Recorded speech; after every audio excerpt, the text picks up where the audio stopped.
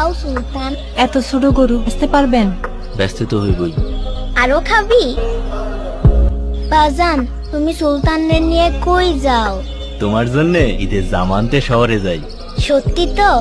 আমার জন্য লাল জামা নিয়ে আইবা।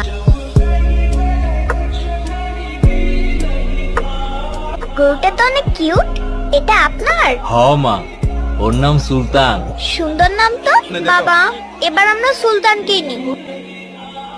লিসা মামনি, এটা তো অনেক ছোট গরু। বাবা, কোরবানির পশু কি সবচেয়ে বড়ই হতে হয়?